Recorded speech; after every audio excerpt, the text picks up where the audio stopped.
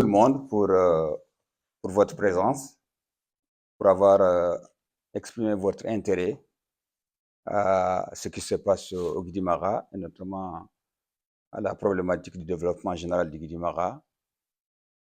Dans les différents exposés qu'on a vus, on a d'abord constaté qu'un potentiel existe au Guidimara.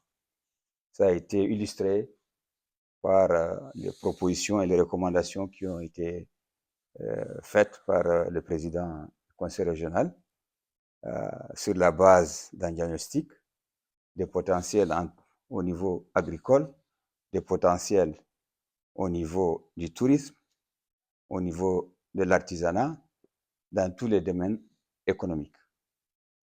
Et je pense que c'est une réponse, en partie en tout cas, à certaines questions qui ont été posées ici sur quoi on peut investir au Guidimara. Ça, c'est des pistes d'orientation qui sont données justement pour amener les populations, plus précisément les membres de la diaspora qui veulent investir au Guidimara, de voir dans quel domaine il faut se lancer. Mais il faut aussi qu'on fasse le discernement entre l'engagement communautaire qui se base sur la solidarité, d'une part, et tout ce qui est entrepreneuriat privé. Tout ce qui est entrepreneuriat privé relève d'abord d'un engagement personnel. Comme il l'a si bien dit, chacun doit d'abord étudier son projet, sa faisabilité, le côté budgétaire, comment trouver des financements, etc. Au niveau de la région, je suis certain que les informations n'existent pas tant que ça. C'est plutôt au niveau national. On a l'APIX qui existe, l'Agence pour la promotion des investissements privés, et il y a un code d'investissement qui existe, qui enregistre les potentiels global au niveau du pays, dans chaque région, ou dans quel domaine il est important d'investir. Il y a le guichet unique qui peut accompagner. D'ailleurs, aujourd'hui, le guichet unique permet en une journée de faire toutes les formalités administratives pour la création et l'enregistrement au niveau du registre de commerce. Mais le projet en tant que tel, c'est à chaque entrepreneur de voir qu'est-ce qu'il a envie d'entreprendre. Est-ce que c'est viable? Parce qu'on ne s'engage pas dans un projet au préalable si on ne sait pas s'il est viable ou non. Donc, ce travail au préalable doit être celui de celui qui veut s'engager dans l'entrepreneuriat privé. Tout juste, je peux conseiller peut-être au président la création au niveau de ces services, d'un service d'information et d'études. Ça peut se faire. Comme ça, pour ce qui est du Guidimara, les membres de la diaspora, et même ceux qui sont sur place, pour arrêter la difficulté de l'immigration qu'on connaît avec toutes ses conséquences tellement graves, à ce que ces gens puissent avoir, parce que des fois, on a tellement de jeunes qui ont des idées, etc., mais il leur manque du coaching, l'information, comment les accompagner pour avoir du financement. Ça existe. Ensuite, il y a, comment dire, dans le programme, ça, je fais un peu de politique pour répondre à certaines questions qui ont été posées. Dans le programme du président, il est prévu la création d'une banque d'investissement pour accompagner les membres de la diaspora qui ont des projets. Donc ça, c'est une information que je donne et qui peut aider ceux qui sont porteurs de projets. Pour, en tout cas, le côté financement, ça, c'est quelque chose qui va se faire. Au niveau maintenant associatif, pour aussi répondre à Alain, que je remercie, avec Valérie pour tout ce qu'ils font pour le Guidimara, et avec une maîtrise sans faille, parce que tout ce qui a été exposé ici a été exposé d'une clarté infinie, et nous avons tous pu en tirer un maximum d'intérêt. Je vous remercie pour ça, et j'espère que tout ça va être porteur pour notre région. Ce qui est attendu de la diaspora, et ils l'ont dit quelquefois dans leurs propos, c'est notre engagement. On le fait déjà. C'est pas pour rien que le président a voulu de cette rencontre. Il est conscient, comme nous le sommes tous, que la diaspora est un moyen important du développement du Guy-Dimara. Depuis plus de 50 ans aujourd'hui, la diaspora s'engage. Avant tout, il y avait des caisses comme ça qui existaient avant que la loi 1901 soit adoptée. Quand elle a été adoptée, il y a des associations villageoises qui ont été créées, des associations de développement, et ensuite des liens qui ont été créés avec des associations de solidarité internationale qui font qu'il y a une mobilisation des compétences, une mobilisation des moyens financiers et que beaucoup de projets communautaires ont été réalisés au niveau du Guy-Dimara, que ce soit pour des forages, la construction d'écoles, des centres de santé, etc. Il y a eu la création aussi, c'est ce qui est encore demandé davantage, la création de coopérations décentralisées à un niveau institutionnel. Ça existe entre certaines écoles, ça existe des écoles du Nord et du Sud, ça existe aussi entre des hôpitaux du Nord et du Sud. Nous, on en a fait avec l'hôpital Avicenne. Il y a eu des formations qui ont été faites au niveau de notre centre de santé. Il y a des petites unités d'examen qui ont été faites également. Donc ça, c'est des choses qu'on a réalisées. Il y a aussi des jumelages qui ont été faits. Et au jour d'aujourd'hui, ce qui nous est demandé, c'est d'aider dans le cadre de cette problématique de l'eau qui a été initiée et qui est en cours, qu'on puisse à nouveau nous engager davantage pour créer du lien, de la coopération.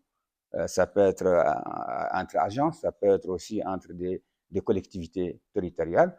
Au niveau associatif, il y a beaucoup de personnes ici que je vois, que je connais, qui sont engagées, qui peuvent, au niveau de leur territoire, essayer de trouver des relations qui permettent la création de jumelages ou en tout cas de relations décentralisées à un certain niveau pour aider à ce que ce projet-là, qui traite d'une problématique très aiguë et chère aux gens du Guy-Dimara, d'aboutir.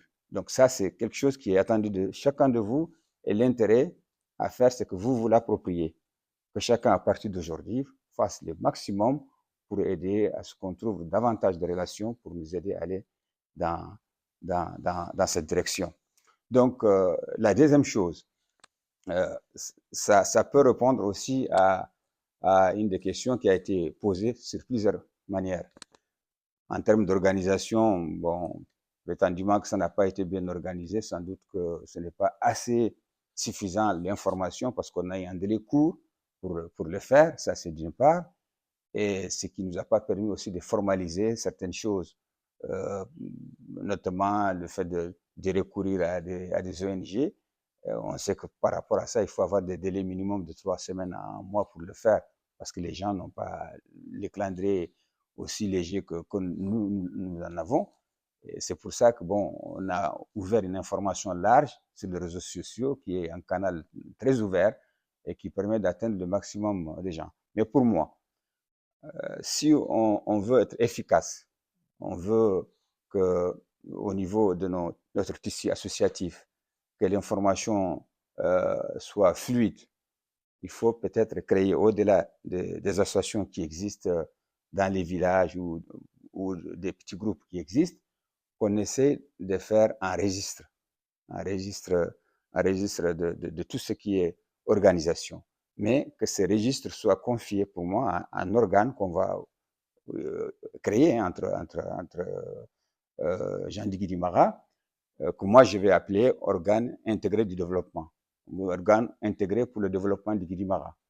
Il faut peut-être se réunir rapidement, voir comment on peut mettre cette organisation en place qui va répertorier l'ensemble des associations qui interviennent, et même par rapport aux compétences, qu'on recense aussi les compétences pour que dans des structures telles que le comité qui va être mis en place, qu'on puisse trouver le maximum de compétences.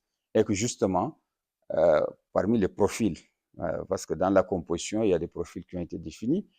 Moi, au lieu d'un représentant de la diaspora, je souhaiterais qu'il y ait des représentants de la diaspora dans cet organe-là. Et ce que j'aimerais aussi, c'est qu'on ne personnalise pas.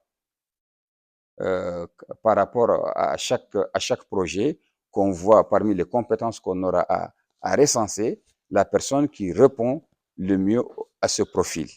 Ça, c'est d'une part. Et de deux, compte tenu de la spécificité de notre situation ici, parce que des fois, on est invité à participer à un truc, celui qui est nommément désigné peut ne pas avoir le temps, et si cette personne n'a pas le temps, comment suppléer? Donc, il y a toutes ces questions qui se posent. En tout cas, si ça doit être personnalisé, il faut vraiment trouver un moyen de remplacer la personne au pied levé au cas où la personne n'a pas le temps. Mais ça trouvera que cette base de données de compétences qu'on aura à mettre en place existe et qui nous permet de voir vers qui s'orienter. En définitive, je voudrais vraiment terminer par là, remercier le président du conseil régional qui a fait un effort titanesque d'avoir fait cette distance, d'être arrivé ce matin, d'avoir fait l'effort de tenir toute la journée et même d'en redemander parce qu'il dit qu'il peut continuer encore à recevoir. Donc c'est vraiment un engagement qui est plein entier et qui démontre son attachement à la mission qui lui est confiée à la tête de la région.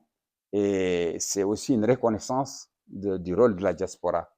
Parce que avoir fait ce travail, c'est dire que je compte sur vous, vous existez, vous avez un rôle à jouer, je continue de m'appuyer, vouloir m'appuyer sur vous. Donc, faites en sorte de ne pas le décevoir et de l'aider vraiment à réussir cette mission. Je voudrais remercier aussi M. Alain Tidière et Mme Valérie Weich pour leur déplacement, pour tout ce qu'ils font pour nous. Et vous remercie vous tous aussi. Depuis ce matin, vous êtes là. Vous continuez de vous mobiliser pour votre région. C'est très bien parce que notre région, si nous ne nous chargeons pas de notre région, personne d'autre ne le fera à notre place. Je vous remercie.